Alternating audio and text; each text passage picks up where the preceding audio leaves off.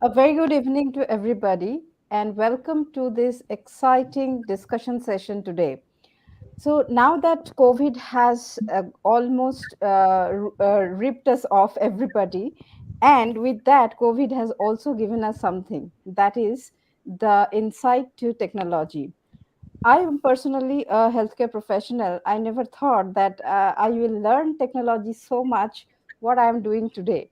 So, like this, I think with this pandemic, some or the other way, we have been almost forced to learn the digital stuff, the technology stuff. But there's a role, a lot of big role which is coming, and it is a future of education which I see. And today I have all my guests on board, as you can see them here, and they're all experts from industry and academics. So today we will be discussing extremely exciting career opportunities or things which we can do in the future using technology, particularly in healthcare education. So I will not waste any more time, and just that our objective of this program is to enlighten you from real people who are working day in and day out with technology, and how some of them have shifted careers, some of them has blended technology into their career. So it is very, very interesting, and let's go through this journey. And if you have any questions, please feel free to write in the live chat, and as the session goes, we will definitely try to answer your questions. And here all the experts are here, so you will seldom get an opportunity like this to get all these people together. So let me just first go ahead and tell who are with us. And before that, I will also throw a very generic questions, but among proudly to for everything before that is that I welcome all my panelists. I welcome Dr. Yogendra Pal. I welcome Mr. Sushant Kumar. I welcome Dr. Anoop Kulkarni. I welcome Dr. Vidhi Bhanushali. I welcome Gitanjali Radhakrishnan. Thank you so much for accepting my invitation and giving your time today. I know all of you are so busy in your specific schedule, but I'm so grateful that you gave your heart welcoming support to this endeavor of bringing this panel discussion up today. Thank you so much. Well, so to my all my panelists, I just want to ask the first question, which is very pertinent, which runs in my mind. So, how do you see the future of healthcare education in terms, particularly of incorporating technical knowledge in basic curriculum? So, I want to start with Yogendra Pal sir, but before that, I just want to give a very brief introduction, because all these are very enlightening people, and less I mean, whatever I say would be less. So Yogendra Pal is assistant professor at NIIT University Neemrana at present, but Yogendra sir has an extremely fascinating journey, uh, both his academic and professional career. He is a researcher and an entrepreneur with the goal of maximizing and improving the use of technology in education. Educational content development and delivery are the two major areas of his interest. And he has started his career in 2009 as a software developer in a company in Mumbai. But later on, he has launched his channel called Learn by Watch, which on YouTube, where he tried to spread educational videos in Hindi, the national language of India, and more than 3 crore video views he has. He's very popular on YouTube, and if you need any help in any technology like website development and stuff like that, or how to edit a video, I think he's the person to go. And then he completed his PhD in educational technology in IIT Bombay, and he started his own venture named ET Mantra e-learning solutions. So thank you, Yogendra sir. So I would like to ask you this question and get your insight basically. So how do you see the future of healthcare education in terms of incorporating technical knowledge in basic curriculum? So basically, thank you for asking this question. But I believe I should not be the first person because I am good at technology, but I don't know about healthcare. But I can That's tell you okay, one sir. thing. So whenever a new technology is introduced, whenever, so it has been either introduced for the forces, or it has been introduced for the healthcare. It's always true for any technology you talk about. Okay, most of the technologies, even some dressing senses also, because of these two areas of work only, and there are many reasons for that. So even if today you see in terms of content is one direction where technology is being used a lot. Healthcare is one where you can see a lot of use of 3D videos. Without that, I believe the education will not complete. The visualization is not possible without showing things in 3D. And those videos, if you see the trends on YouTube or on Facebook, they are appealing not only to the students, but also to other people, because they are fascinated that how a particular thing that they've heard about, like the pacemaker, how does that work? They would like to know. So you see, if even one student take this area, let's say he decide or she decides that I will just make content in healthcare, the technology is going to play the bigger role there. So 3D and then AR and VR, obviously these should be integrated, this will be integrated, and somehow they are already integrated in many universities. Obviously with the time other topics will also take this, so this can be one area where people can think about. Then comes the data.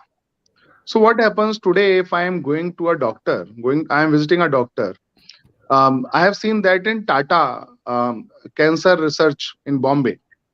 So my nana was suffering from cancer. So when we went there, so they first created a card for us, because it's not possible to meet the same doctor again and again. So they created our card, and all the data was there throughout his uh, uh, every time whenever we are visiting there, every time doctor was just looking at that data. Right, And with time, what will happen? The data will store not only for one hospital, but it will store for multiple hospitals. right, And slowly, the machine will automatically start recommending the uh, it will start recommending to the patient that this is your time, you should visit now for mm, the regular checkup. Doctors will start seeing the notifications, or they will start seeing the kind of to-do list that today we should follow up with these patients. patience. And similarly, this data will also help our industries who are making these medicines to make decision whether Right, which kind of medicine should be now created, which should be our first priority. So whole economy of this will change if we are going to use that data. So today right, the data is kind of lost. Every doctor has its own system. And when it is just in one hard disk, then the data is not making any sense. But slowly, with the help of AI, with the help of machine learning, the data will start making sense. And before a patient actually face that illness, the system will be able to tell that these symptoms are going in that direction. It's better that you now start taking care of yourself. right. Recently, I have seen an example of one person who was not uh, who was an engineer somewhere, or maybe in Dubai, I believe. It's a long 6 or 7 months back I have heard that news. But his daughter was suffering from type 2 diabetes, and for that some insulin needs to be given. Means I am not good at that, so please tell me if I No, am you're going in the right. wrong direction. Yeah. You're Some perfectly insulin right. has to be given, and the problem was that insulin has to be given at a particular time. Sorry, it has to do nothing with the time, it has to do with the some kind of measurement from the body. Yeah. And at that particular time, the medicine should be given in a particular amount based on the Mhm. criteria that. So he having an engineer but no education in medical, still the Hmm. person studied online and created a device or created an application which were sending an alarm on Hmm. smartphone whenever the some level of either it was sugar level or some other thing, the Yeah. parameter, basically whenever the parameter met, he receives a signal, and the signal not only just tell him that this is the time to give the medicine, but also tell how much amount should be given. So the person Excellent. has created it. So Hmm. imagine if in healthcare students are also getting the knowledge of technology, Hmm. they can think, they can then work with the engineers who can then create better devices, rather than today that engineers are, they have learned something else and healthcare professionals have learned something else. So it's very difficult to have communication between them. Correct. Correct. So content, then data, then making machineries, everything is possible if we integrate technology with healthcare education. That is my take on that.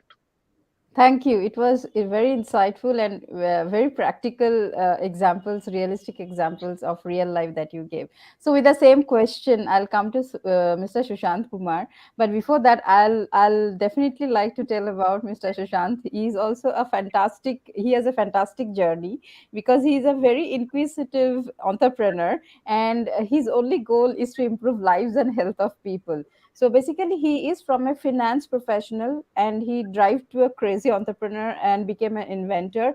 Sushant envisions beyond the business and technology ecosystem, creating organizations that solve the world's biggest challenges. And he is the founder of Genefitletics and Career Kill. And now Sushant is driven to improve the lives and health of people. He was selected as 2021's most impactful leaders in pharma and biotech. He is also the author of Know Your Body, Your Unique Microbiome, GPS for Your Better Health and Longevity, and Biohack Your Fitness. So, Sushant, it's wonderful to have you today here. And what is your insight in these aspects? That whether I mean, how do you see the future of healthcare education in terms of incorporating technical knowledge in basic curriculum? Okay, so thanks for a nice introduction, right? And happy to meet everyone here, right? So essentially, I have a very different view, and it comes from So I bring a blend of both, a person from a non-health background, and now being a biotech entrepreneur, right? So essentially, if we go back, maybe 100 200 years back, right? So. When we were dying of or suffering from infections, right? And then we had these you know people akin to god, doctors and scientists, right? And then probably we made a lot of things using scientific knowledge and clinical studies to actually find out, okay, we build a lot of antibiotics and drugs which actually kill those all these infections, right? And then probably something happened and we didn't realize that we have started developing these lifestyle disease, chronic diseases, right? And uh, so we so in terms of understanding, so when it comes to doctors, right? So essentially when the doctors are trained right from when they are in mbbs school, so probably right how a human body works, how our body processes foods, how it processes drugs, right? How our body respond to different actions, maybe internal and external, maybe food, maybe stress, right? But essentially, what I understand that all these programs were made from a point of view that people can catch communicable diseases, right? And that was perfectly fine at that time. But now the world has changed. Now we hardly get infected by or by suffer from any infections. Very less percentage of people suffer from infections, but we are suffering from chronic disease. And uh, what we need to understand is nutrition is medicine, right? So essentially, doctors and most of these healthcare professionals are never trained, are never taught nutrition, right? So first thing is, I because the situation is so bad, the environment is going bad. There's a lot of industrial revolution, all these metals which were not supposed to come out of out of and beneath the earth is coming out, right? soil health is getting depleted, we have packaged food, so multiple things, so essentially, we really, first thing is we really need to understand, how our body works, right? And this was essentially when I started Genefitletics, this was essentially what the questions I was asking, right? So essentially, I was amazed and astonished by the kind of discoveries I made, right? And so essentially, I think, there are two things to it. One is obviously basic understanding of human body, which every individual should understand, whether he is, going for a healthcare career or not, whether he is opting for an MBBS degree, or he's going becoming a nutritionist, or he's going a biotechnologist, right? That is one aspect, because really need to understand how our body responds to various things in these times, because this is something which is in our control, right? A lot of environmental factors are beyond our control, which we cannot control, right? Which may also have impact on our health, right? So that is first aspect we should consider. Second aspect is obviously, as Dr. Yogendra Pal also said, about the data, right? So now, Hmm. so in terms of data, if you see last 50 years, I'll say 40, 50 years, uh, we have these, number of diagnostic chain of labs being developed. We have and number of tests to diagnose what is going on inside a body at a plasma level or a serum level, right? And we have, trillions, billions and trillions of data points, right? uh, but here the main problem lies. So essentially, in terms of, education, probably we need to reinvent the wheel, because most of these tests are done through various machines which are approved by, or processes which are approved by NABL, right? Most of the labs are NABL approved. But the analysis, right, and the kind of interventions which are generated out of these tests, right, is still not under a regulatory approval. So, right, there's lack of clinical validation. So probably, if you go for, your blood works to three different labs, you'll get three different results, right? So essentially, the question is the kind of data we have huge data. We can use, technology, AI, ML, and multiple, ways of mining this data and processing this data to find out meaningful interventions. But will these interventions really work? Because, we the kind of, the analysis or analytics we have is far from precision right now, right? And this is Yeah, the reason, because, symptoms manifest differently in different individuals. So same right, symptom right. cause I'll you. come back to that point, Sushant. Sorry to interrupt you, because I was just focusing on how exactly what is the future perspective in terms So of I'm just moving on to yeah, that. So essentially, yeah, from an education perspective, yeah, whether you're going to, opting for a healthcare program, or you are going for an online program, right? So essentially, I think a portion of understanding human body in a language which every right, individual can understand should be there.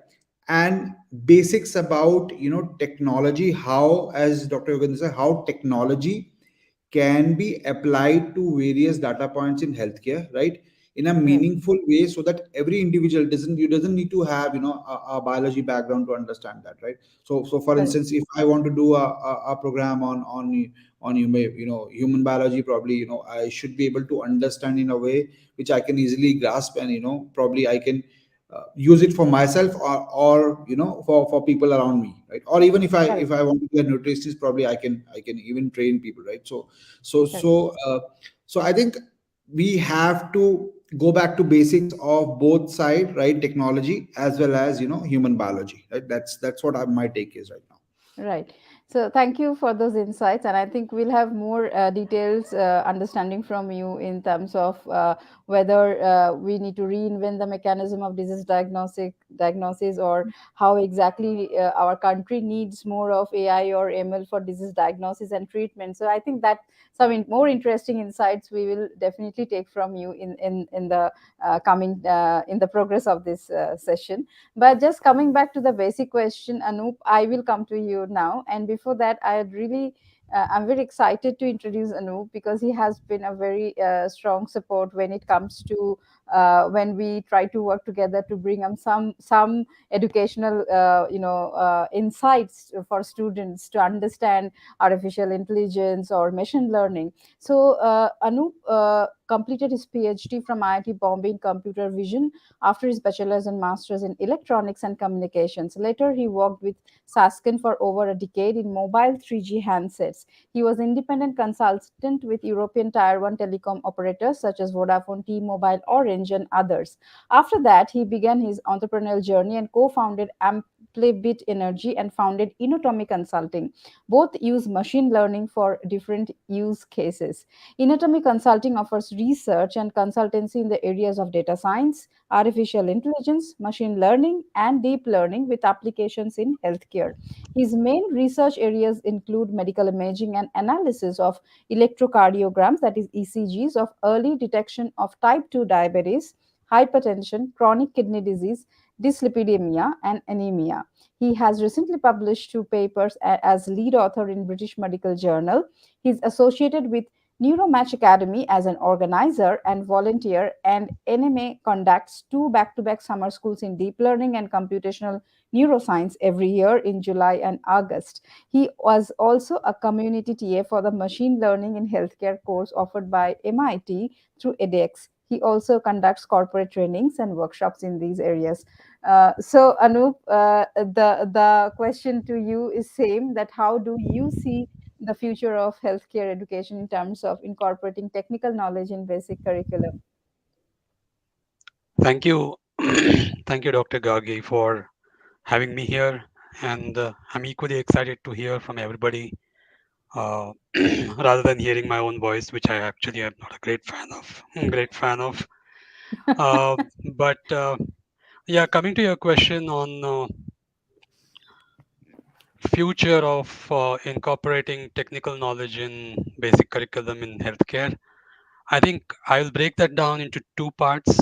There is one, of course, is the technical education, and I'm considering my area of research and my area of work these days. I will also talk a little more on specifically the technical knowledge related to AI and machine learning and incorporating that into healthcare.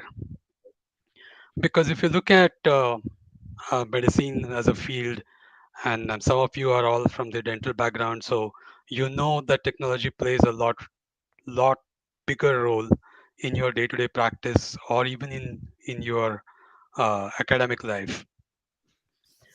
You talk about ultrasound imaging, you talk about electrocardiography, you talk about stethoscope as a simple device to start with. You talk about any medical device.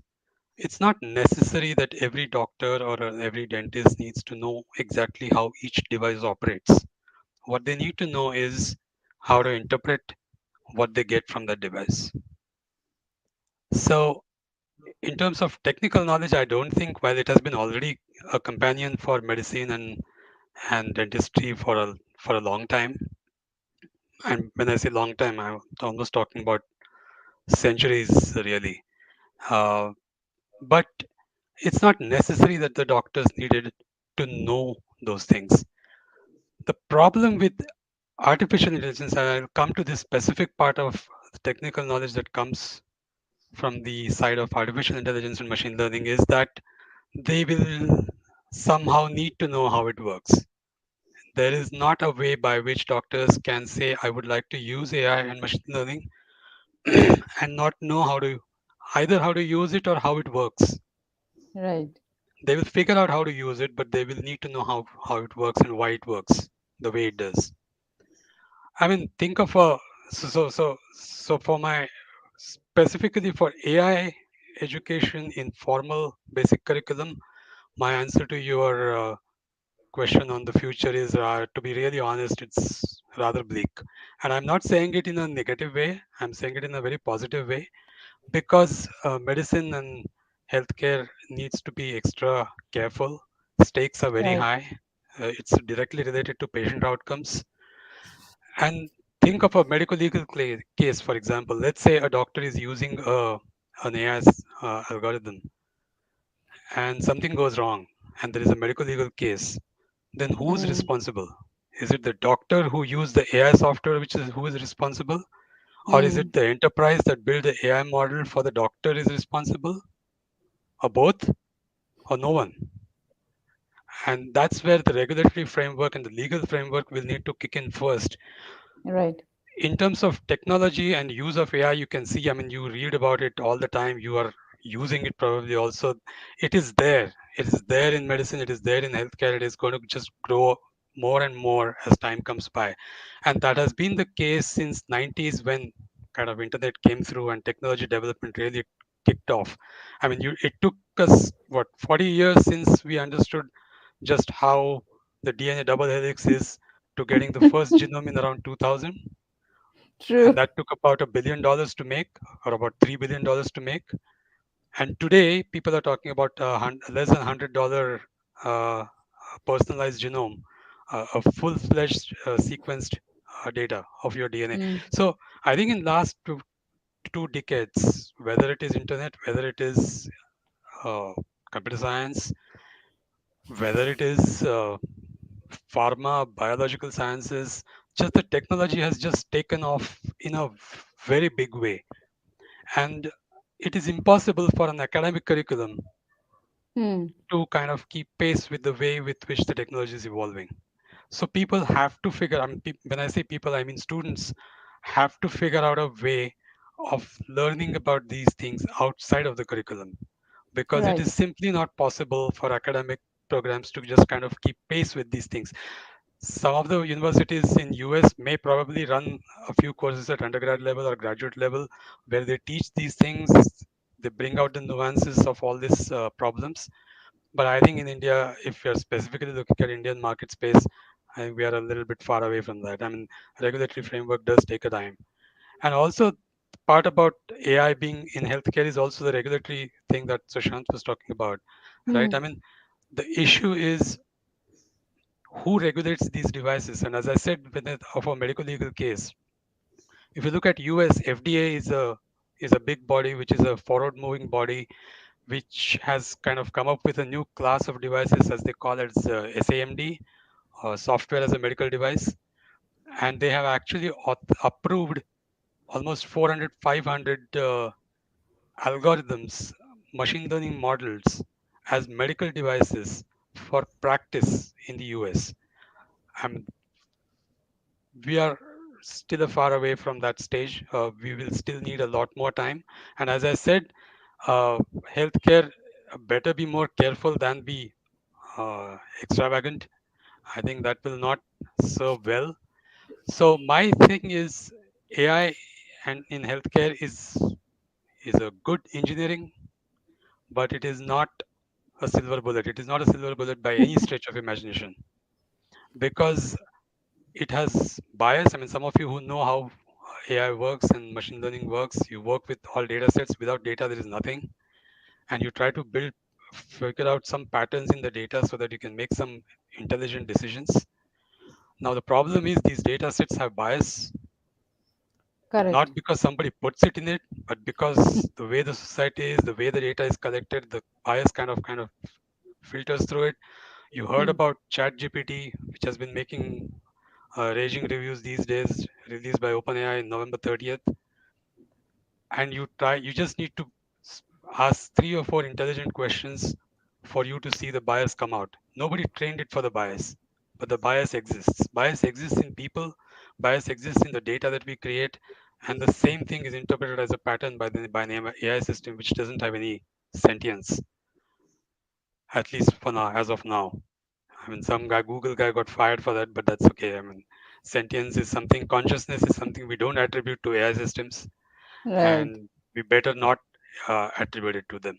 So, my uh, takeaway for you, if I can call it that way, from this is that AI is required, very much Mm. required in healthcare for the doctors, for the practitioners, for everybody, but it has to be used as an assistant. It has to be a buddy which can help you make better decisions. It cannot be that that system alone makes decisions for you and the doctor kind of blindly follows it. Jeff Hinton, some of you may know, head of Google Brain and one of the three pioneers who got a Turing Award in 2019. One of the three pioneers, along with Jan LeCun and Yoshua Bengio for deep learning, famously said in 2016 that in 5 years there will be no more radiologists. And unfortunately, there are more radiologists than AI systems today. So So I think it is okay to kind of, for these people to do a lot of marketing and a lot of you have to invite funding into the research, so you have to make tall claims, but people should not take these claims blindly. I think it is important, Correct. especially with AI, when it is touching everybody. Hmm. It is important for everyone to understand what it can do, but even more important to understand what it cannot do, and even more important is to understand what it can do wrong. Right. And Mm-hmm. unless these things are understood by every individual, every practicing professional, AI Hmm. can only make your life better. But if not, then you will get situations like ChatGPT, that the way you are getting these days.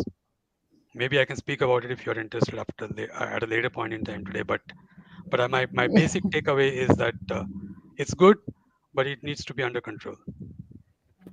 Excellent insights, Anup, as usual. And you always bring out the reality. You always show the hard truth or the actual truth, which people really do not tell. Well, Sometimes I'll just take a minute, Gargi. yeah, yeah. Sometimes I have run into a problem because I'm supposed to be I'm supposed to be You know, promoting propagator of AI. AI Yeah, and promoting AI. data science and all that, and I'm a kind of a very negative guy when it comes to healthcare. So No, but I think you show the right path, because it's about education, it's about learning, so we should know what is what and how much, what should be within our capacity. So I think that's a very, very interesting and very realistic view. So coming with the same question to my very dear friend Dr. Vidhi. Well, Dr. Vidhi Bhanushali is the co-founder and chief dental surgeon at Dental Dost. She is the recipient of Perry Fauchard International Merit Award, and she is a gold medalist in pedodontics and preventive dentistry. She is a holistic dentist who believes that everyone should have access to oral health care, irrespective of class and geography. She strongly believes that teledentistry is the way to achieve that. Early in her career as a dental practitioner, she realized that India has some of the worst dental health statistics in the world. That set her on a 3 year entrepreneurship journey to deliver dentistry to all in a smart way. Dr. Vidhi has also spoken at various dental colleges addressing the dental fraternity about dental services and innovations. She is a keen researcher and has published various papers on recent advances in dentistry. So, this question is something which is very, very pertinent to you, Vidhi. And thank you so much once again for joining this panel. So, what is your insight with how we see the future of healthcare education in terms of incorporating technical knowledge in basic curriculum? Right. Thank you so much, Dr. Gargi. It is wonderful, truly, to share the panel and address all these issues with the great ladies and gentlemen here. As it has already been mentioned by Sushant, Anoop, and Dr. Yogendra, that it is absolutely necessary to incorporate basic technical knowledge in the curriculum of education, right? And what I believe, technical knowledge is not just limited to AI, AR, VR, etc. It starts from the basic technical knowledge of understanding computer programs, their potential, and what all can they do and also not do, as Anup rightly mentioned. I wanted to mention this at last, but I just couldn't hold myself in announcing and telling the good news of us launching this impact program for all the medical professionals, dental professionals, whoever are from the healthcare background, to help them getting trained with respect to the new technology, right from basics of computer knowledge to advance of AI. What is annotations, how to do annotations, what level of AI could be integrated in the dental technical, and what is not possible, so that we start from the new year, 1st Jan 2023. Because Great. as yes, as Anup rightly mentioned, right, it definitely should be incorporated, but in academics, while Mm, getting the technical education of MBBS, BDS, and all the fields, it is not possible for colleges to upgrade their syllabus every year. Now I keep saying this a lot of times, that what we have studied in our BDS and MDS and future programs, we've been still studying the same when the first dental college was incorporated. True. Hardly a few changes in dental syllabus and education, but it is the same thing that we've been studying for more than 75 years now. So definitely, to make all these changes, it may take a lot of processor are involved, hierarchies involved. But for us, as a private entity, it does not take much. So then we thought, why don't we start this program, impact Correct. program? It's nothing but like a scalar program, which is a 2 month course, free of cost for all the dental surgeon, for all the medical Very professionals, nice. where we will be training them in house and giving them an exposure of what we are doing here at Dental Dost. And not just that, but again, Mm-hmm. as I mentioned, to understand the basics of technical skills, basics of computing skills. We keep boasting that we have highest number of medical colleges. We have Mm. highest number of dental colleges in country. We have nearly 30,000 dental students graduating every year. And when it comes to incorporating this technical knowledge, I believe there are two parts. One is obviously in getting this education, the Right. 3D videos, what Sushant and Dr. Yogendra spoke about, to understand anatomy, physiology, biochemistry, Mm. dental anatomy, etc., in Mm. such a easy manner that they are able to be a good dental professional and deliver and deliver the treatment and education further. But what Right. I see, my colleagues, all our seniors are very good at that. All the dental surgeons are super great. All the medical professionals are good in being that professional and delivering Right. treatment. But what is missing is the second part, which is Mm-hmm. using technology to make all this knowledge that we have reach to the masses, make True. them understand their diagnosis way early Mm. than it's late, Mm. and motivating those patients, the end consumers, to come to us professionals and get the right treatment done. So Correct. absolutely, for learning, it is already happening. We have Mm. learned the basics of CBCT. We've learned the electrons, how do they move, how are X-ray printed, to even how is RVG displayed on our computer screens. Correct. But when it comes to using all this complicated tech to make a patient aware and to get Mm. the patient in right time and deliver Mm. a preventive treatment is not happening, because that area is missing. People are not doing much of work there, where I Correct. believe we come into picture in giving this knowledge, making it accessible, affordable and reliable to the end consumer, which will help us to increase uh, the rate of getting the treatments delivered much faster. And that Right. way, maybe we will be deleted from that title of being diabetic capital or oral cancer capital of the world. True. True. Yes. We are earning accolades which are in a negative sense, so Yes. when it comes to all these chronic diseases. Well, so I think this is a very interesting conversation which is going on, and I think Gitanjali is waiting for long time to share her insights on this particular question, because I thought that this is a question which really needs to be addressed, because there are a lot of buzz with technology, and as Anup said, AI, ML, and even like Yogendra sir said about this creating content videos. There's a lot of buzz going on, so we really need to understand where to step in and how much to go, or what not to do. So coming to Gitanjali with the same question, but that definitely would love to introduce Gitanjali Radhakrishnan. She is the CEO and MD of Adiuvo Diagnostics Private Limited. She is a bioengineer by background with prior experience in research, and worked as a software developer for 4 years. Hailing from the hills where access to healthcare is at least 100 kilometers away, she felt that her background would be better utilized to develop healthcare solutions for low resource settings in India. So she founded Adiuvo Diagnostics with a vision to bring high end diagnostics and make it more accessible to healthcare settings in India. Thank you, Gitanjali, for your time and joining here. So we are waiting for your insights on the same question. Sure. Okay. So, since I've been in the market for the past 3 years and I have my product established, it's purely from that perspective. And our product is a handheld imaging device that can detect bacteria and fungus on wounds using multispectral imaging and AI. So what is essentially needed is many of the doctors, of course, are trained with how to treat a patient, and there's no doubt that they are experts in it. But it's also becoming increasingly important that there is a heavy burden on them to treat a number of patients, and many Correct. of the patients are there from a remote location, and it's very cumbersome for these patients to come from a remote location to the centralized hospital where there is access to all these trained healthcare physicians.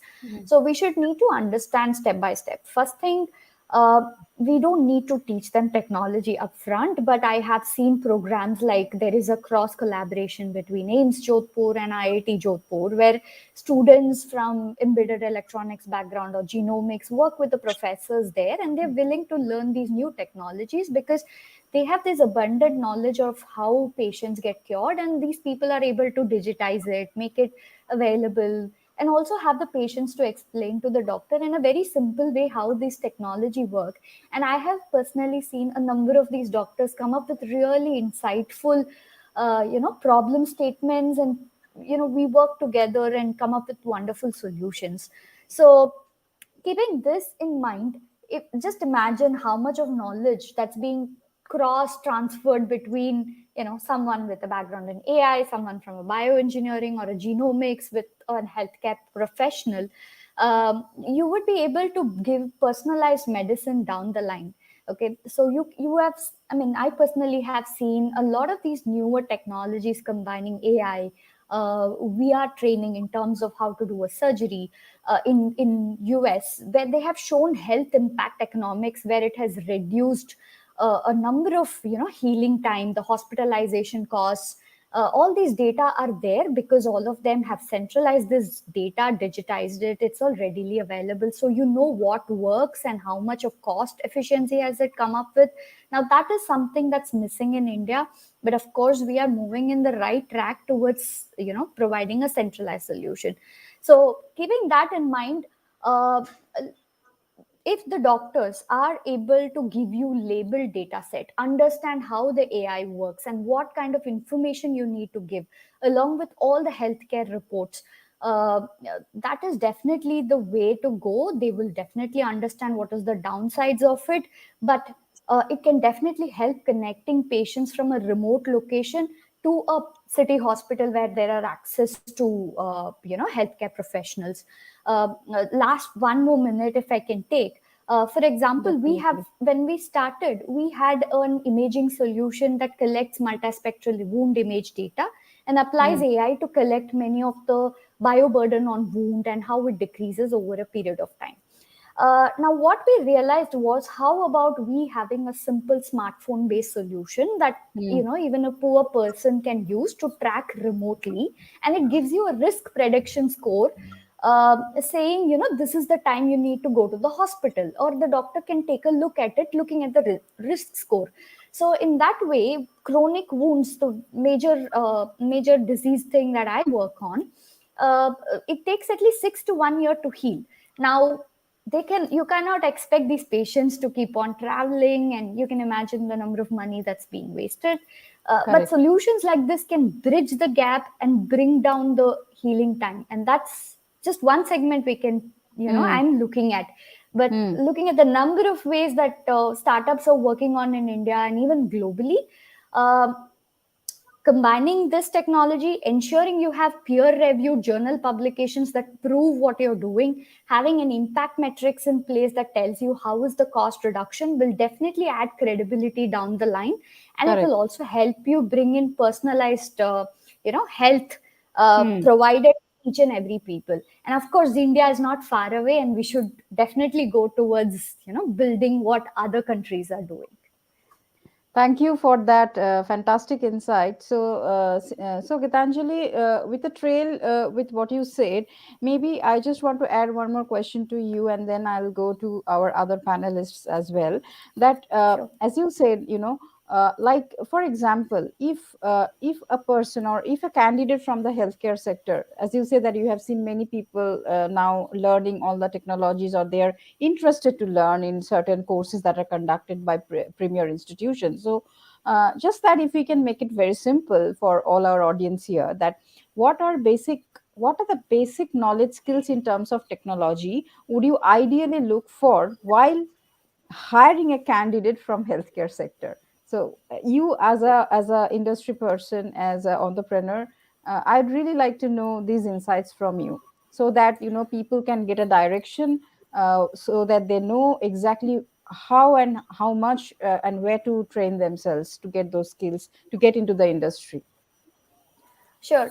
So some of the basic things that we look at is just understanding the basic concepts. Okay, so Mm, starting with, if it is just understanding the statistics, that's more than enough to to learn machine learning and deep learning, and these are not big things.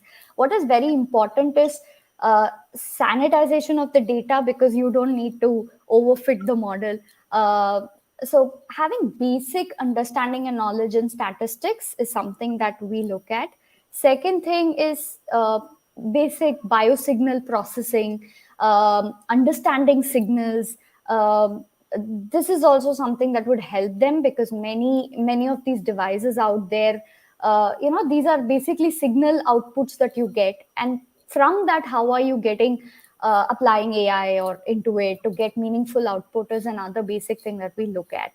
Other than that, according to me, everything can be learned if you and I would start with understanding Python, understanding statistics, and these are the basic things that we look when we hire professionals from the field. Yeah. right, right. So thank you so much, Gitanjali. So I'll come to Yogendra Pal sir. That we are talking about this AI, or say as Gitanjali mentioned about Python. So I'm also not. I also am very unaware. So I suppose these are all programming languages. So sir, according to you, what is the easiest thing to learn and implement in perspective of healthcare education among this augmented reality or virtual reality or coding or AI, if I just put it that way? Or maybe to simplify the question, I can just say that how can a student start a career in healthcare technology? So your insights Mhm. will be really helpful. Yeah. So basically, actually, it's a very valid question what you have asked, and it is not only the question in healthcare sector, Hmm. but it is true in all sectors. Like nowadays, technology is being integrated everywhere. So Correct. education technology, ed tech is there, financial technology, fintech is there. Hmm. Similarly, technology is getting everywhere. And this is a question to everyone, that how, being a student of healthcare, or being a student of psychology, being a student of, let us say, finance, how Hmm. I can learn technology, and what is the easiest way to go ahead with that. So, in that, I would like to mention, and it is very, very important, please listen carefully, that there is a way to develop things without coding, and that Okay. is getting very popular. This way of development is known as no code development. And there is nothing that cannot be developed, okay, with no code. There is everything that can be developed. And what is that actually? So, what is happening? Uh, there is coding everywhere. Means you cannot say that you are developing things without coding. It's not true. Coding is there. But what has happened over the period of time, that there are many people who have developed this coding. They have written the algorithms, they have written those in various programming languages, and they are there as a name of libraries or packages. Then on top of those, there are technologies that allow you to call these libraries, to call these packages without actually writing the code. So Gargi ma'am, if you remember, last year you created a LMS on your own. Huh? Yes. and Okay. and you did Yes. not use coding for that, isn't it? No. Yes. So similarly, I am creating almost everything without writing code. While I would like to tell you that I'm very good at coding as well. I worked on operating system level projects. So it's not that I want to save my efforts or I don't know coding. I know coding Hmm. very well. Hmm. Still, now I use no code. Why? First of all, there is almost everything that is available. I just need to call that. So no code tools are available. And that is true for not only for AI ML, that is very valid. It's already available. But even if you want to develop something in artificial intelligence, sorry, AR, augmented reality or VR, Hmm. virtual reality, for that also, a lot of content is already available.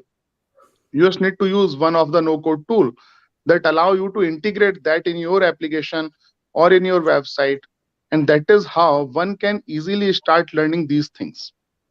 Correct. So you can contact me if you have a curriculum in mind and you want to identify some of the no code tools that can be integrated in your curriculum.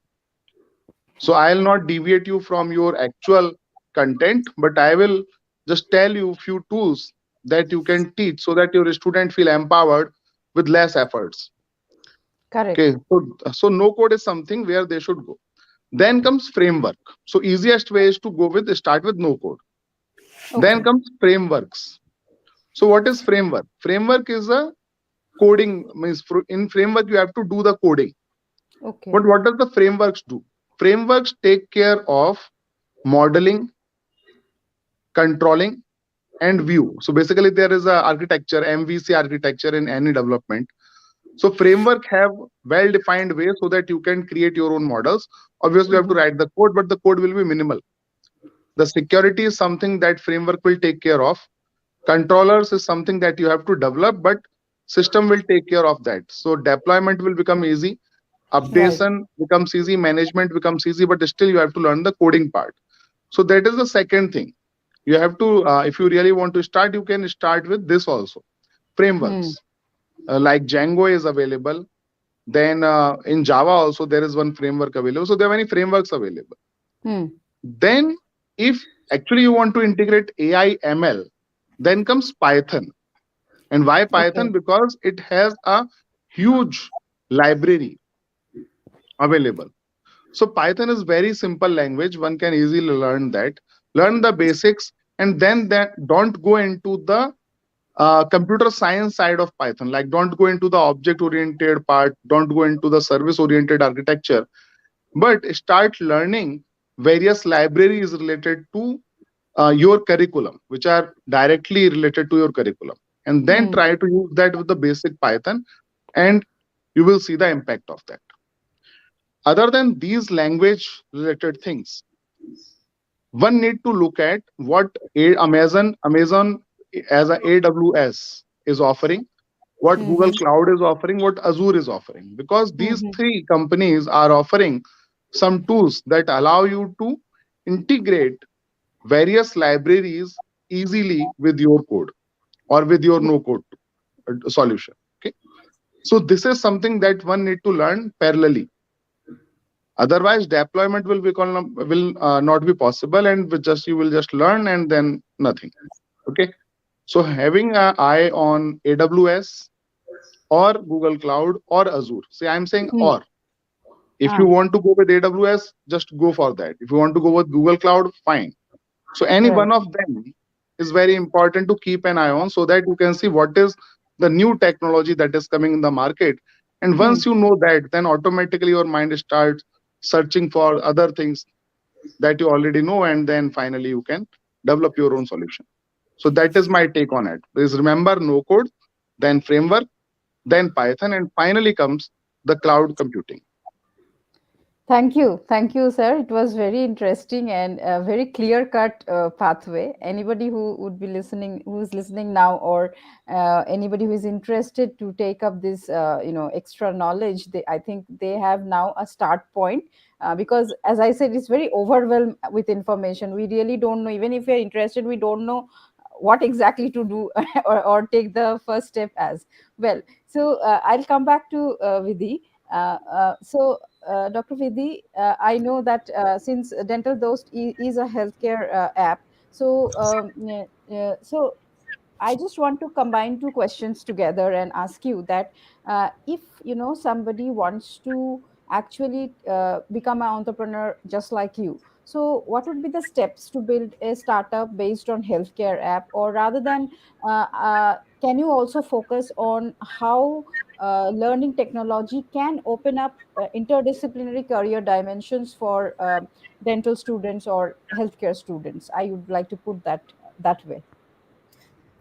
Oh, yes. Well, absolutely. There is no doubt that learning technology will open up a lot of new aspects, new Hmm. interdisciplinary sections for a healthcare professional to work in.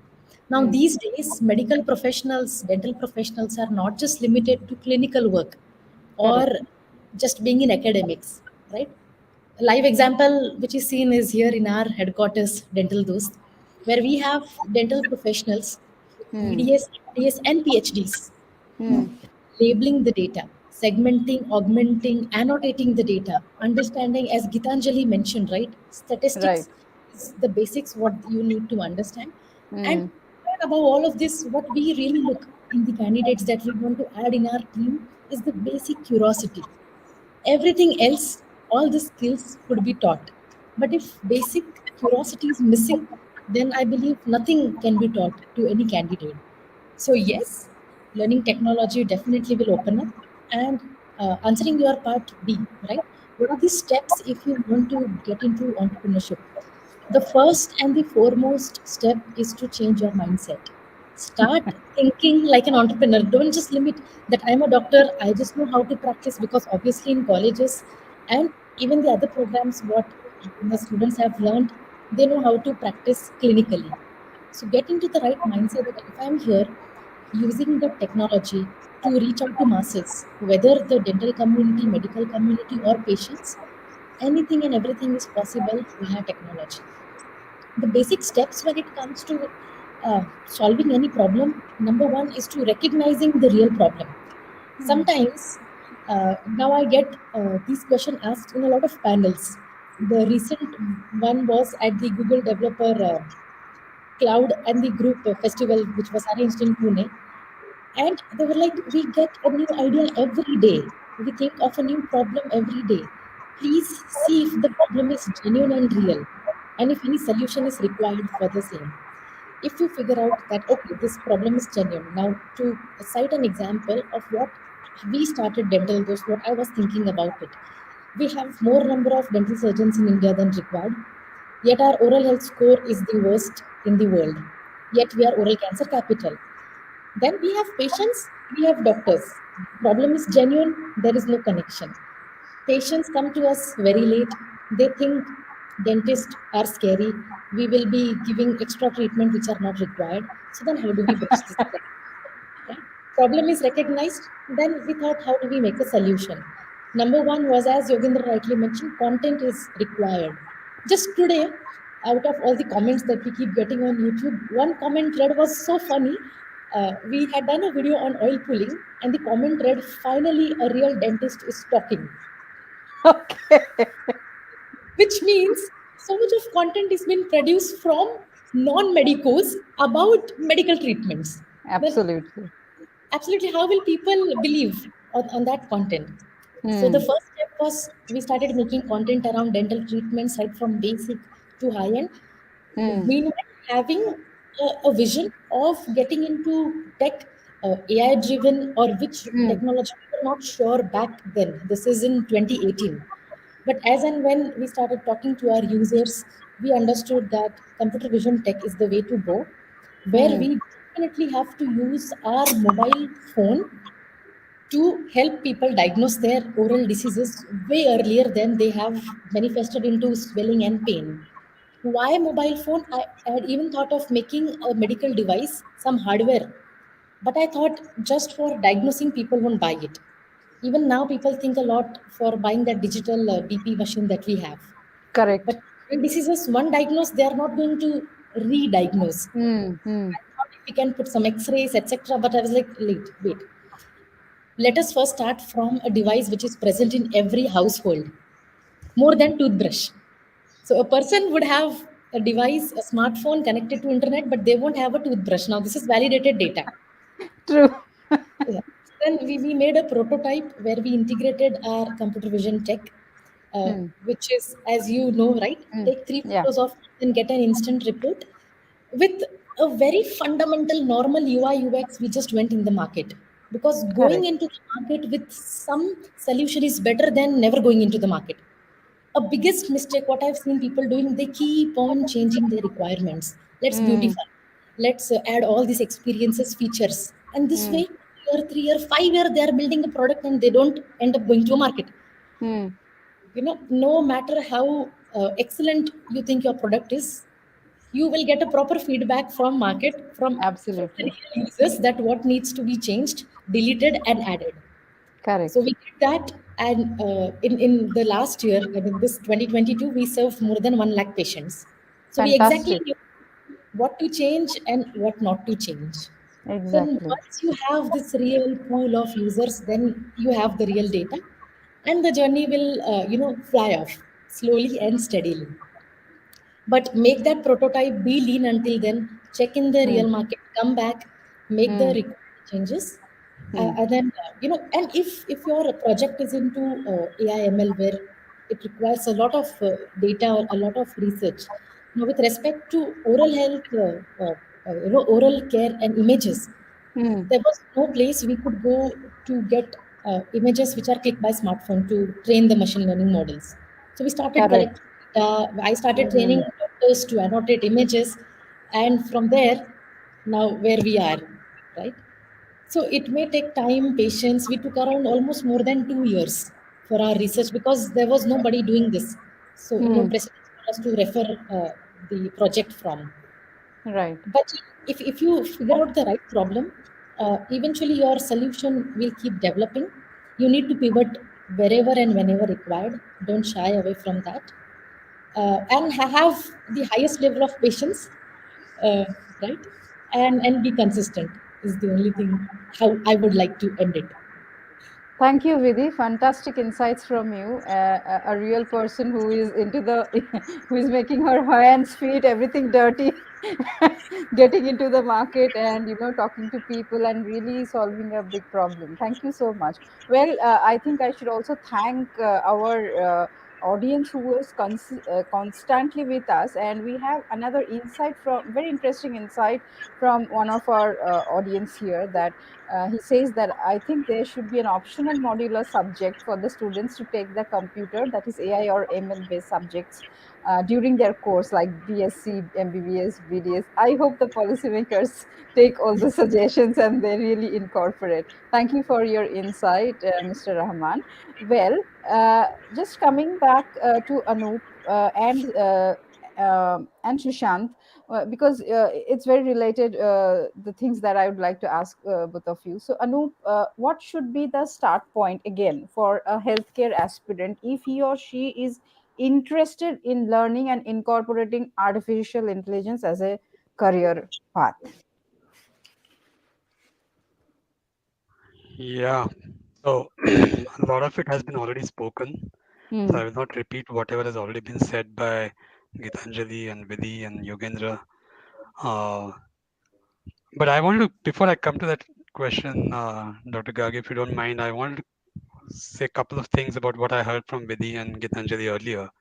Sure. Just want to uh, have an addendum to what they just said.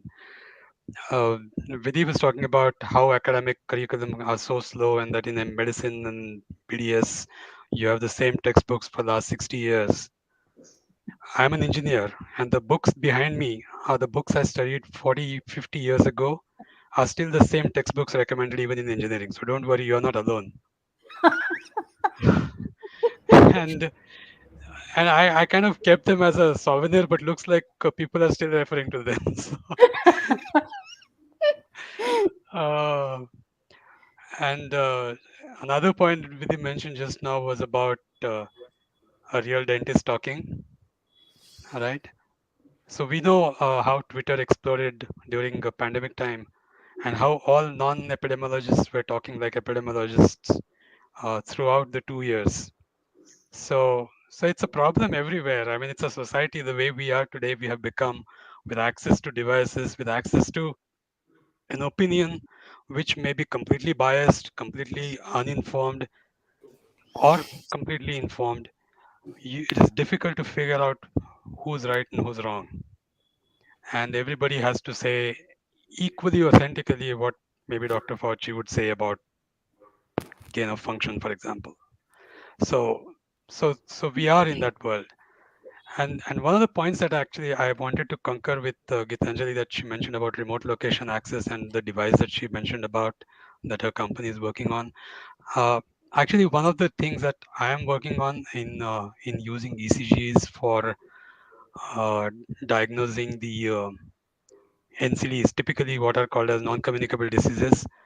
The idea is exactly that. I mean, in India, it is difficult to have uh, villages being reached by doctors. I mean, they spend first lakhs and lakhs every year to become MBBS, which is considered no good anyway. So you have to spend another 3 years to become MD, MS or something. And after that, you have to recover your financial state a little bit. So it's not expected of doctor. I think it's not a fair expectation to say that now you go and serve in the villages. I think it's not a workable business model the way the things are, the way the medical education today is. So in remote locations, we have a situation today where type 2 diabetes is expanding in India, and not just India, every country around the world really. And then there are other non-communicable diseases in India like chronic kidney diseases and dyslipidemia, etc. And what we decided to work on was a very similar idea that Gitanjali mentioned. You can take a portable ECG machine to any village. I mean, there are a lot of these camps that are set up in villages where people come and kind of get diagnosed. It's not possible for a doctor to go there every time, so it's fine to send a technician with a portable ECG and interface it with a mobile phone, and then see if you can do an early detection, a pre-diabetic kind of a situation for a type 2 diabetes, and then refer them to more diagnostic tests where you can come up with the molecular parameters that you need to verify that that indeed is type 2 diabetes, right? So those are things which again AI and machine learning plays a lot more role in that, because we are focusing on electrocardiograms as the input, and that's our signal, and you need to kind of extract information from that. The problem is the same problem that both of you, Vidhi and Gitanjali, talked about in terms of label data sets. Now, the problem with label data sets is that the data sets themselves, where they come from, is something you need to know. And I'm very happy to hear from both of them that they have started collecting their own data sets to make any AI machine learning algorithm workable, because most of the time today it is fashionable to bring data sets in the US and apply a model trained on those data sets to problems in let's say India or Asia or wherever, and you have this notion of data set shifts where what works to a particular community doesn't work for the other community, and you need to understand those things. I mean, it is fine to write an AI, as Dr. Yogendra said about no code development, right? I mean, it's you can train an AI model, but is it good? Is it bad? Is it ugly? Somebody has to say that, and it is you who have to say that. If you are writing it, fine, you can't do you can do without coding, but at least you have to be statistically aware of what you are talking about, whether what you are talking about is making sense. Is it an artifact? Is it something which is a pattern? And there, I think a lot of it focus comes back on one of my core areas, which is evolving these days, is on causal inferencing, where we are now actually trying to say not just that build a model and say that this particular lead and this particular PQRST complex is leading to type 2 diabetes. I mean, it's fine to say just that, which is just pattern matching in statistics, but you need to also understand the underlying cardiology and may be able to make a statement about why the ECG is showing up the way it is showing. And the model should also then explain why it means it is leading to a biomarker of a type 2 diabetes or another disease. So I think these are things, coming back to Gargi, your question, I'm not going to take more time than a couple of minutes, are exactly the things that people need to learn in the curricula. Dr. Yogendra gave a very clean introduction of how this has to be done, so I'm not going to repeat what he said. But given that AI and machine learning is captivating everybody's imagination these days, starting from kids. You have the white hat juniors who are starting at 6 years coding and all that. So my thing is, it is important to keep the interest alive in people. So you may need to have some exposure level courses in schools, maybe some very basic uh, courses in undergrads, as one of your viewers said. Mm, I think medical, and I don't know about BDS, but my brother is a medical doctor, so I know medical courses are very overloaded with already lots of stuff. There is still Grey's Anatomy that you need to mug anyway, and then there is more and more beyond that. So life is not very easy for doctors to take another course on AI and machine learning when they are graduating. I think they should be just left to do what they do, which is try to understand what they do. And there comes a time after your graduation, before you are starting practice or you are getting into practice or you're working at some hospital or whatever, that is the time where you need to spend the extra hours to acquaint yourself with whatever is required, whatever skills you require, whatever platforms you require, whatever frameworks you require. Understand your problem first. I think enough times people start from, I mean, I heard Python a couple of times, so I'm using Python again. Everybody says learn Python, but nobody knows why. First, always understand what your problem is, as Dr. Vidhi said. Towards a problem comes a solution, not the other way around.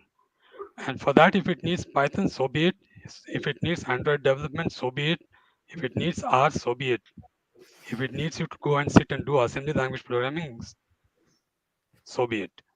So, so those are the things that one needs to worry about. So, just concluding remark on what I would say about specifically AI and machine learning, and I'm talking about an audience which has just graduated, postgraduated, or undergrad completed, whatever. If they really want to explore AI, there are toy data sets available. Get those data sets, simple data sets which allow you to kind of understand how the concept of machine learning works, how pattern recognition works in statistics. They are available for free. Every resource in the world today is available for free. Don't pay $3,000 for learning how to get an introductory course in AI and machine learning. Somebody else makes the money, and you are still the poorer knowledge-wise. Spend your time wisely. Everything is available there, whether it's YouTube or whether there are courses like Fast AI, or there are so many other courses, AI for Everyone by Andrew Young, who's another famous pioneer in the field.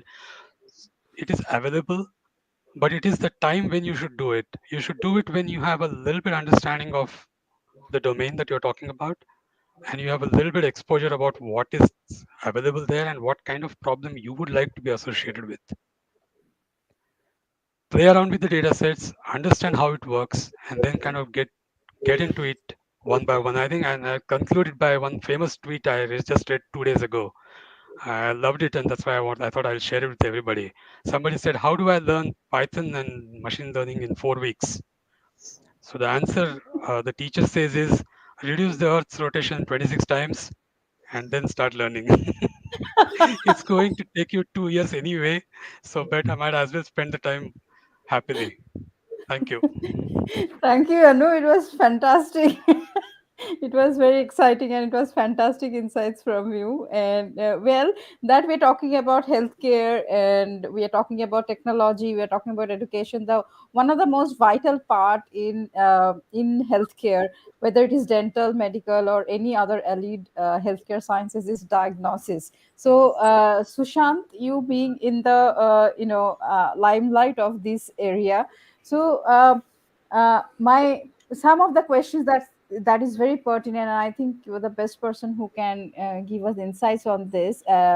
For example, as I was asking you before, also like when we were talking some time back, that when we talk about like we have been talking about here, we have been learning that how things can be taken with AI, that is artificial intelligence or machine learning. So the first question is something like, does our country, a country like ours, like India, needs more of AI or ML for disease diagnosis and treatment, or do we really need to reinvent the mechanism of disease diagnosis? So can you just give your insights on this area?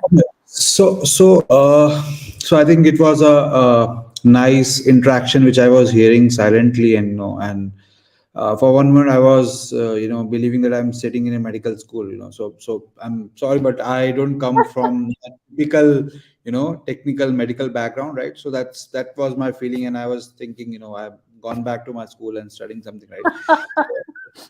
So just on a humorous note, so essentially, as Anoop rightly pointed out, right? So before we discuss, MI or ML or AI or some other technology, right? First thing is, obviously, it's not about technology; it's about what we do with the data, right? And what data we have, right?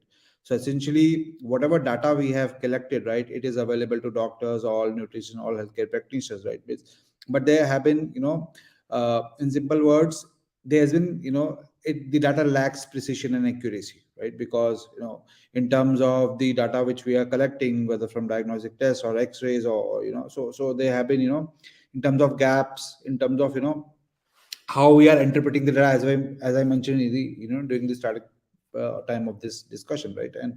And the problem is that these all data tell us, okay, something is wrong inside our body, right? Something is not going right, but it doesn't tell why, right? So the question we should be asking is why, not what we need to do to manage our symptoms. And this is the reason, take any disease, obesity, type 2 diabetes, oral cancer, chronic kidney disease, NAFLD, skin issues, now dementia, Parkinson's, Alzheimer's, called type 3 diabetes, right? So we don't know the underlying reason, because our body is so unique that a symptom which is in which I am suffering because of type 2 diabetes, maybe it may be in you, maybe because of non-alcoholic fatty liver disease, right? So essentially, we need to understand what is the underlying cause of developing a particular disease, right? Before we go, okay, there are a number of companies are saying, okay, we are detecting and early detecting and predicting your disease, right? We can diagnose and we can tell you, and then you go to a doctor and get your treatment done, right? So essentially, for cancer, it's the same thing. You say, okay, we detect, we predict cancer, or we early detect cancer, right? But thing is, what the first question we should be asking, what makes us develop this cancer, right? So essentially, when it comes to data, we have to understand that there are trillions of data points and data combinations inside our body at a molecular and cellular level. So, right, our body has 57 trillion cells. We have 25,000 human genes, or 25 million microbial genes, right? So essentially, if you multiply this, there's trillions of data we have, right? So first thing is, how do we make a sense of this data, right? So essentially, AI ML comes into picture, whether we're making a sense of this data or not, right?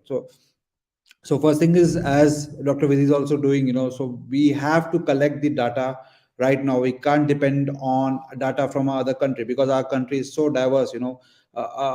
Dietary choices in South India is quite different from dietary choices in North India or East India, right? So essentially, what we need to understand is, first we collect this data at a molecular level, right?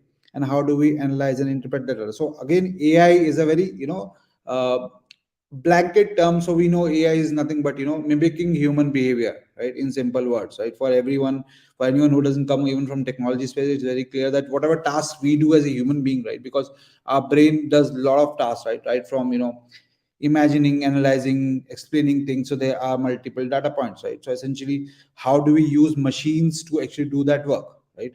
That is what we call as AI. And you name any health tech company in India right now, you will find every third company claims that we can reverse type 2 diabetes, or maybe depression, or maybe digestive issues, right? So essentially, they all use a jargon which is called as artificial intelligence, right? And that is just a way, for what I understand, and maybe wrong, is just a way to make to raise money from investors, right? So because and nobody knows what kind of data they are using, whether the data is how this data is being collected, how the data is being analyzed, right? So essentially, whether it is, as you ask the question, ML or AI, so ML is again a part of or a subset of artificial intelligence, right? So it is more like you are using algorithm to actually analyze the data points you have, and then make sense out of the trends, or the patterns we have. Again, that lacks a bit of precision, right? Still, because it is supervised, right? So essentially, there may be some data points which could not come to a definite conclusion, and that's why we would have translation science experts, we would have scientists, we would have doctors or functional medicine specialists who will rope in and who will try to fill in that gap, right?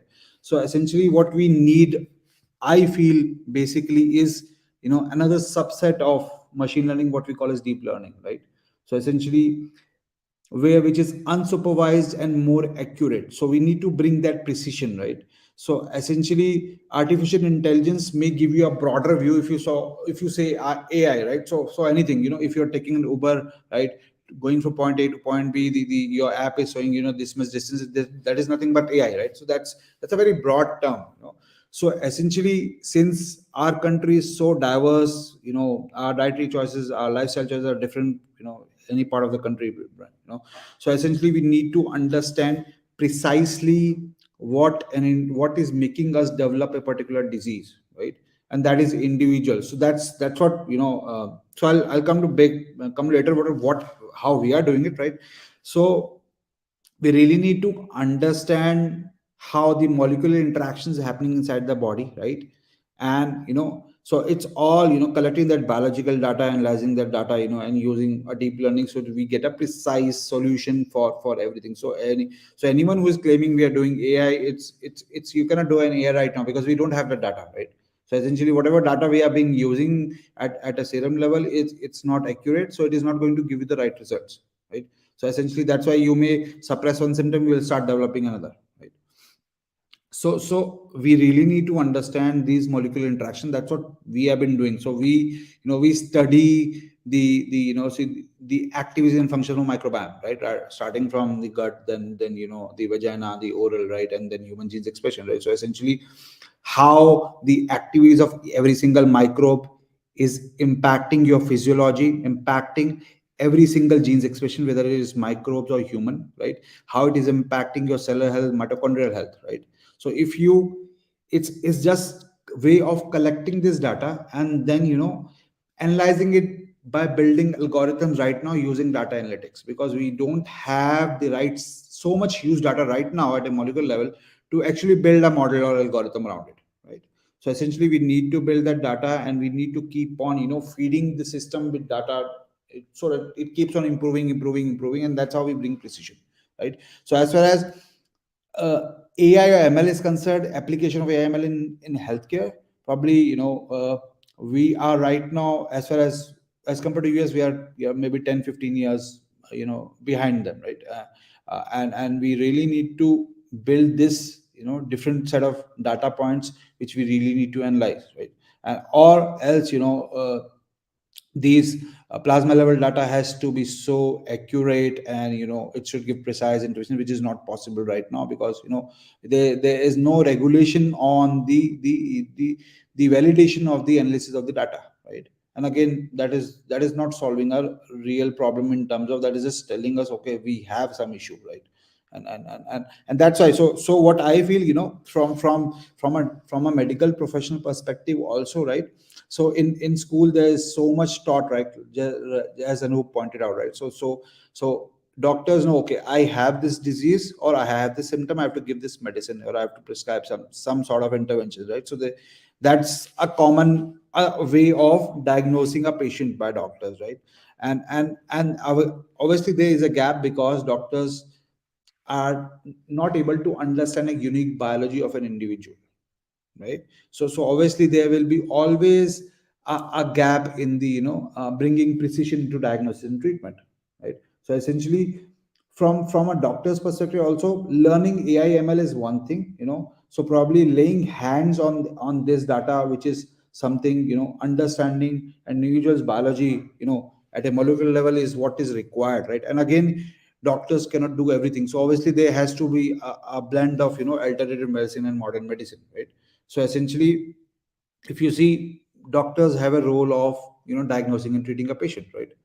They don't have a role of studying technology and making a sense out of it, right? So essentially there has to be a marriage between different stakeholders within the same healthcare ecosystem, and then so everyone has a role to play. So these different players who are actually working on alternative medicine using MIAL can actually, or data analytics can actually provide that insight to the doctor, and doctor can actually give that right set of interventions. So what I feel, there has to be a new, or I'll say the renewed ecosystem we need for treating patients, right? right now, which is actually developing. In US it has already developed, because there's a lot of people who are going from, DNA testing, microbiome testing, so people, oral microbiome is coming up, gut obviously is there, vaginal microbiome is coming up, even now, bacteriophages, scientists are studying bacteriophages to determine if they can work in favor of our health, right? So essentially there are a lot of technologies being now implemented to actually understand our body. So that's what we need to really understand, uh, because a standard way of treating a patient will not work as it's not been working. So we, the number of people suffering from chronic disease is increasing. The average uh, age of people is going increasing, but the health span is going down, right? And it is specifically for, because I think we have three females here, so especially for females, right? So uh, if you go back 1990s, females were never a part of clinical studies or trials, right? So whatever data has been analyzed, or on that basis, whatever tests have been developed, have only been keeping male biology in mind, right? So essentially, even the drugs which have been developed have been only developed keeping the male biology in mind. So that's why the most of the drugs which may work for a male may not work for female, mostly 50% of the time, right? Because doctors even don't know, why it is happening, because we have not studied that biomarkers which decodes female biology. It works differently as far as male biology, right?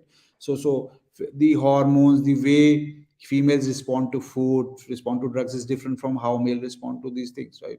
So essentially there is a really lack of data. So I don't think so, we should use this blanket terms of AI and ML right now by a lot of health tech companies who are using, saying that we have a solution. Its solution is being built right now, but we really don't have that precise solution to actually cure and reverse diseases, right? So there's a lot of things to be done on the data collection analysis before we say we have that smart technology solution to actually build that sort of solutions in the healthcare sector. Thank you, Sushant, for that extensive explanation and very good insights, newer insights, and some new information. Even I didn't know what you said about clinical trials that before in the 90s, that I mean, females were not part of it. That's something which was very new information to me.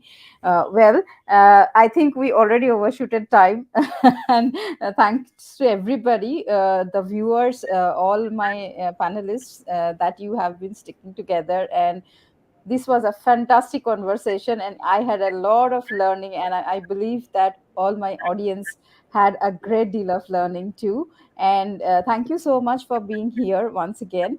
And it's a pleasure hosting you and learning from all of you. And I think we will meet again and again in future for more fantastic conversations like this. And just to on an end note, if any of the panelists, if you want to add your any of your insights or any message, you can just do that, and we will close for the day. We'll call it a day. Yeah. Yeah, so I want to end up, specifically for consumers and for patients and people who are, living in pain with diseases, right? Because I have seen that in my family, because people who suffer from chronic disease is really really bad. We can't even imagine what they go through, right? Essentially, my suggestion to everyone is, please do not fall for any fad diets, fad recommendations, or any obnoxious claims. Is go always go for science. Let science speak the truth, right? And understand what is making you develop this. Always ask the question, why I have this, why I have diabetes, why I have obesity, why I have cancer, why I have acne, why I have depression. Do not ask questions, okay, what I have this, what I should do, right? That is not the right question. So probably we should start asking the right questions, right? As well as, because there are a lot of things when it comes to health is not in our control, right? So the thing in our control is what we feed our body with, and that is the right and clever choice we should make. Right? So Right. that is I Yeah, for just sorry, sorry. Vidhi. I'll just take a sentence. yeah. Just Sure. wanted to add to what Sushant was saying. Uh, I completely agree with what he said. and not just now, but even the longer pitch earlier that he gave. All points are very valid. One of the problems with the AI ML community, and this goes back to because it invites funding, etc. So you have to make tall claims. So I think the entrepreneurial bunch is stuck between getting some funding versus trying to do something legitimate. I think you need people who are on the ground who can see both sides to kind of be the moderator and kind of direct these people a little better. My problem with AI ML community, the graduates who come out and, as Dr. Yogendra said, do some no-code modeling and say that we have a computer vision system that can solve, uh, that can detect breast cancer or that can do whatever Alzheimer's disease or whatever, is because the problem is we kind of blindly follow the West, especially the US. US has the highest amount of healthcare spend among all countries today, even sometimes 4 or 5 times more than European countries, and they have 10 years less of a lifetime. I mean, life expectancy has dropped by 10 years in the US despite having the highest number of expenditure. It is not a model that we should follow. We need our own solutions and we need to stick to them. Yeah. Absolutely. Sorry, Vidhi. To add, no. To add one point to Anoop's and one to Sushant's, right? I had mentioned in one of my speeches, this is back during my PDS, that till when will we be following ADA rules? We need to follow our set of specifications of, whether it's labeling diseases and then having the relevant treatments. And I think it is the time right now for Indians to show the right path of Correct. health and the other ways. Adding to what Sushant mentioned about, yes, everybody has a different genome, the biology, male or female, but uh, to have another layer of it, everybody's even oral type and bodies are different. Yeah. Now, 5 people in a family, it's a very classic example which I keep giving, and I want to end my note with this example. Uh, Total number of people in a family, they thankfully use a different toothbrush, but when it comes to toothpaste, when it comes to mouthwash, they still use the same. They are not Correct. asking themselves why are they diabetic, some individuals, why are they obese, or why are their teeth and gums reacting to that product in a different way Hmm. compared to the other individuals in the family. So, to understand the why, the first thing to do is to open their mouth and peep inside their mouth, because a very common quote saying your mouth is the window to your body. Hmm. Every Absolutely. ailment and disease are first seen on the tongue, on the gums, and later on the teeth and other tissues of our oral cavity. And to know exactly what is your oral type, what is your body type, skin type, hair type, and have those personalized solutions and treatment for the same. To end, I would like to request the audience here to please scan your oral health on our Dental Dost app and see the magic of computer vision technology, showing you all the diseases and recommending the relevant habits, hygiene, and treatment. Thank you. So I'll add one more thing before we sign off, right? So Dr. Vidhi, you rightly pointed out. So that was something we are actually currently building on. The next 3 months we have planned to launch, right? So as you rightly pointed out, so we have microbes in our saliva as well, right? And a lot of people don't know. Probably you know it, but a lot of people don't know that leaky gum or imbalance in the oral microbiome can even lead to heart diseases, right? Even diabetes and cancer, anyways, oral cancer, right? So Diseases, early delivery, and the list doesn't end. Yeah. yeah.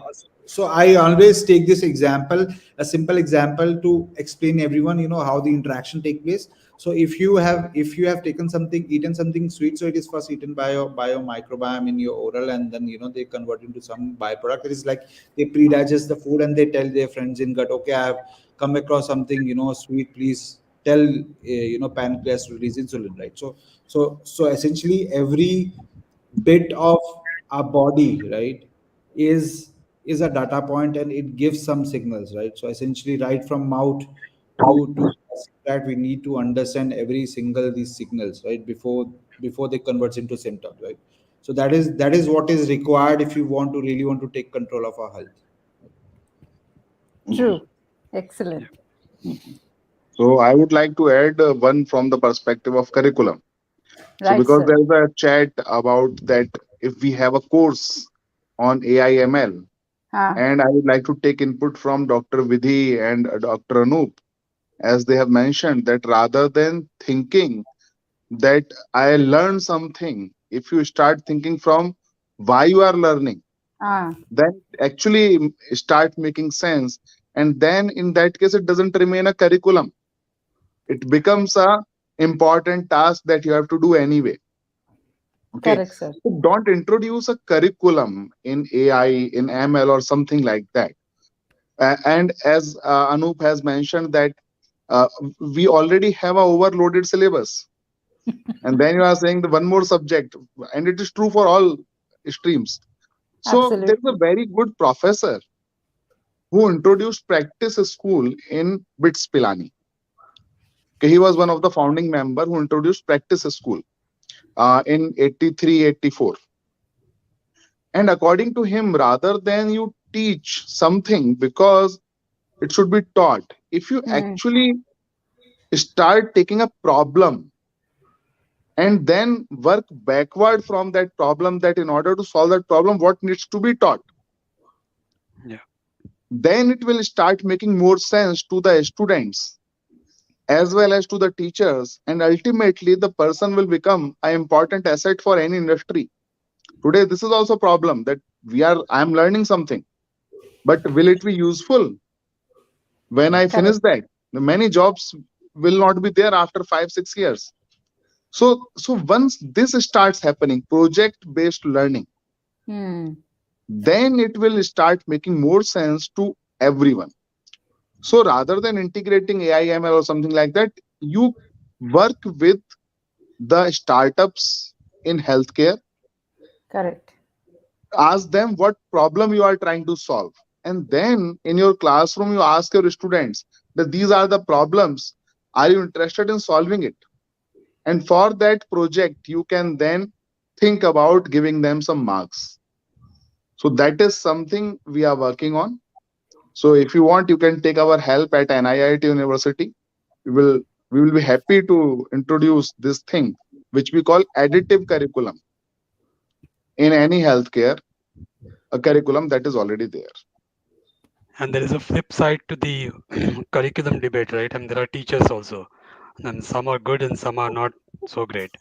So I just want to end by a quotation that I read somewhere, attributed to Arthur C. Clarke, who had said, "Any teacher who can be replaced by my machine should be." Yes, So agree, 100% agree. So, so if you have to just yeah, deliver the content, that better let machine do it. correct, At least machine will do it honestly. correct, with all its biases. Yeah, That was great, and thank you once again. And I think you all of you have kept the audience extremely warm. So I think still that we overshooted our time, and we are still in our concluding remarks. Our audience are very cheerful, and they are equally participating. This is fantastic, and it was at least for me it was an eye-opening session. So I think I'll catch hold of each of you in several periods of time again and again. Thank you thank so you, much. thank Good you. night Bye, Thank and bye, take you. care. everyone. Bye bye everyone. Thank you, everyone. Bye. Bye Happy New bye. Year. Bye. Happy New And Year. Happy New Happy Year. New Well Year. said. Happy New Year Of to all. course.